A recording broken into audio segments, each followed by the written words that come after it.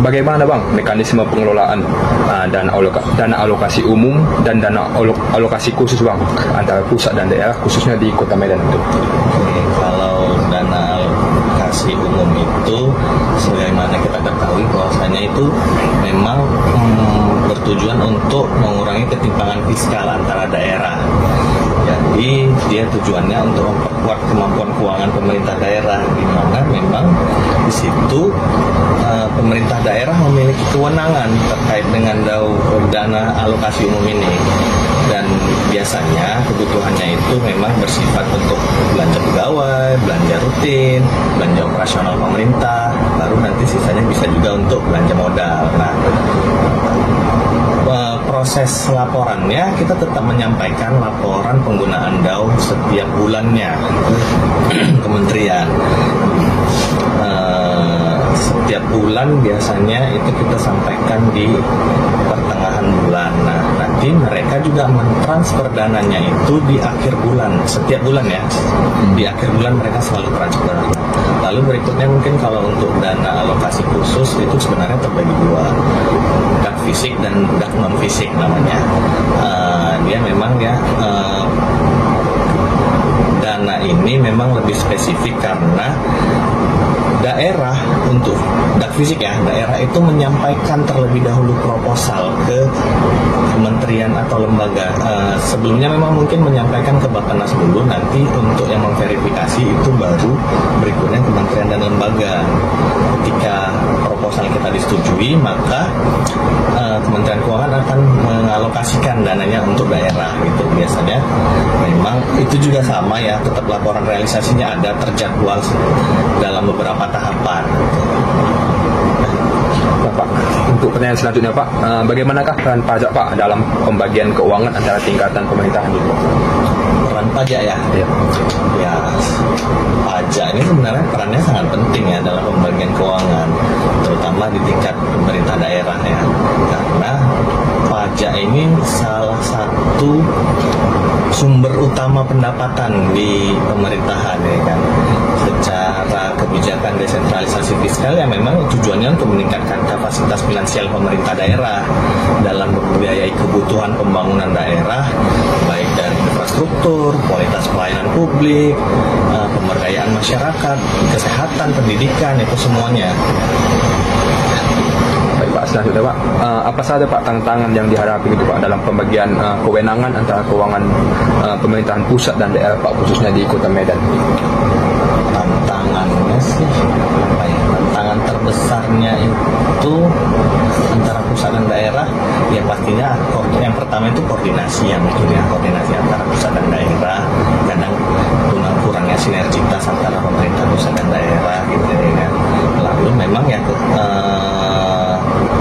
apa ya, dampaknya itu efektivitas penggunaan dana itu, keseimbangan pembangunan di berbagai daerah itu kadang kurang sesuai. Bagaimana gitu Pak mekanisme pengelolaan dana alokasi umum atau DAU dan dana alokasi khusus DAK antara pusat dan daerah khususnya di Kota Medan gitu? Oke, jadi dana DAU itu ya sebenarnya seperti yang tertera di sini adalah untuk mengurangi ketimpangan fiskal ya antara daerah. Tapi dana DAU itu beda dengan dana DAU zaman dulu sama dengan sekarang. Dimana kalau DAU sekarang itu dia punya dua kriteria, satu DAU yang peruntukan atau spesifik grant, sama DAU yang bebas penggunaan. Nah, jadi DAU yang peruntukan ini sudah diplot oleh pemerintah. Contohnya untuk Kota Medan, anggaplah total DAU-nya sekitar 2,5 T misalnya seperti itu. Tapi dari 2,5 T itu nanti dibagi lagi DAU untuk khusus pendidikan sekian M, DAU untuk P3K, gaji P3K sekian M, DAU untuk kesehatan sekian M, DAU untuk pendidikan infrastruktur juga seperti itu. Lalu sisanya DAU yang bebas untuk peruntukan. Nah, yang bebas untuk peruntukan itu biasanya sih untuk menggaji untuk gaji PNS. Nah, seperti itu. Sementara kalau untuk DAK itu ya mekanismenya sama ya, di mana SKPD ya, jadi ada dinas, itu dinas-dinas yang dia mereka melakukan request ya kepada pemerintah pusat untuk mendapatkan DAK. di mana nanti hasil dari monitoring dari pusat apakah layak diberikan atau tidak, seperti itu. Terus mengenai pengawasan itu, Pak, khususnya di Nomor apa nih? 6, Pak. Nomor 6. Jadi di Kota Medan sendiri itu bagaimana sih Pak prosedur pengawasan penggunaan dana yang dialokasikan dari pemerintah pusat ke pemerintahan daerah gitu, Pak? Oke, sebenarnya sih kalau misalnya di hal pengawasan ini kita punya SKPD-nya ya, namanya SKPD, namanya inspektorat ya. Mereka yang melakukan pengawasan terhadap bukan hanya dalam pelaksanaan, tapi mulai dari tahap perencanaan penganggaran, pelaksanaan penatausahaannya, bahkan sampai dengan laporan keuangannya. Jadi inspektorat lah yang melakukan proses pengawasannya. Jadi biasanya contohnya kalau dari kita kan nyusun APBD nih, maka APBD ini kan panjang nih prosesnya, nggak langsung jadi APBD. Dia berjenjang, ada tahapan mulai dari RKPD, PPS, RAPBD sampai jadi APBD. Gitu juga nanti dengan misalnya dari sisi pencairan, contohnya udah jadi APBD kan, anggaran ini kan tentu kan dicairkan nih. Nanti inspektor biasanya melakukan pengawasan, contohnya melihat apakah bekas-bekas pencairannya itu dari SPG-nya itu ada yang tidak sesuai, bekas sesuai, seperti itu. Terus khususnya di pemerintah Kota Medan sendiri itu bagaimana sih Pak pemerintahan Kota Medan dalam mengelola serta mendistribusikan anggaran itu kepada dinas-dinas terkait gitu? Tentunya kan pembagian itu kan kita kan ada namanya prioritas ya, mulai dari prioritas nasional, prioritas provinsi, sama prioritas daerah. Maka walaupun dengan anggaran yang terbatas, maka kita harus menentukan skala prioritasnya. Untungnya kita berupaya agar bagaimana itu kita mencari yang beririsan. Contohnya ada prioritas nasional yang kebetulan sama dengan punya provinsi dan sama juga dengan punya kepala daerah, sehingga itu kita maksimalkan. Jadi bisa aja sih tahun ini mungkin fokusnya ke beberapa prioritas, misalnya satu SKPD, misalnya anggarannya tahun ini anggaplah 100M, bisa aja nanti di tahun kedua udah nggak segitu lagi. Jadi dia bisa naik turun itu relatif tergantung prioritas di tahun berkenan lah, seperti itu. Bagaimana upaya pemerintah dalam memastikan pemerataan keuangan antar daerah di Indonesia? Pemerintah pusat biasanya mengirimkan atau mentransfer uang, seperti mungkin kalau itu kan sudah umumnya. Jadi mereka itu mengirimkan uang dengan alokasi, misalnya ada DAU, ada dak fisik, ada dak non fisik, ada yang sekarang terbaru itu ada DAU, tapi dia DAU ini DAU yang ada DAU itu, jadi DAU ini ada dibagi dua sekarang, ada DAU yang tidak ditentukan sama DAU yang ditentukan. Nah, yang DAU ditentukan ini pun juga dibagi-bagi lagi. Biasanya jadi gini, kalau dulunya mungkin P3K itu ada tuh pegawai dengan perjanjian kerja.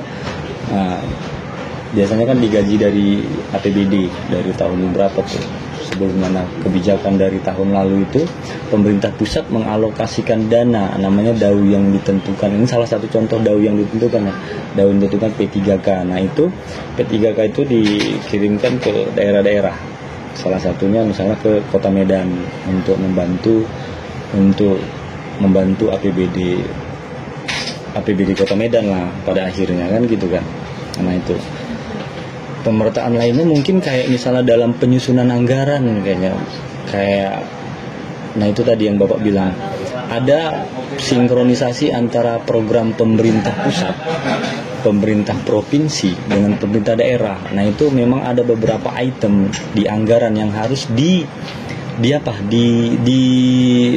ditekankan untuk harus program ini harus jalan nih di pemerintah, dari pemerintah pusat ke pemerintah provinsi sampai pemerintah daerah. Nah poin selanjutnya itu ada yang namanya mandatory spending. Mandatory spending ini adalah peraturan dari Kementerian Keuangan untuk memaksa pemerintah daerah itu melaksanakan atau mengikuti aturan belanja. Misalnya untuk anggaran pendidikan, dia ada aturannya harus minimal 20% dari APBD-nya. Nah itu dipaksakan memang pemerintah daerah itu. Untuk infrastrukturnya pun ada aturannya juga, di pemerintah pusat itu ngatur tuh. Jadi pemerintah pusat itu kan takutnya APBD ini hanya digunakan untuk belanja pegawai. Jadi tidak ada pembangunan infrastruktur, tidak ada pembangunan untuk belanja-belanja pendidikan. Nah, belanja kesehatan juga ada tuh aturannya.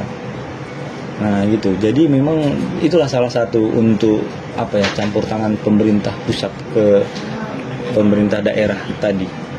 Untuk pertanyaan selanjutnya Pak, apakah pembagian keuangan saat ini sudah efektif dalam mendorong pembangunan daerah Pak?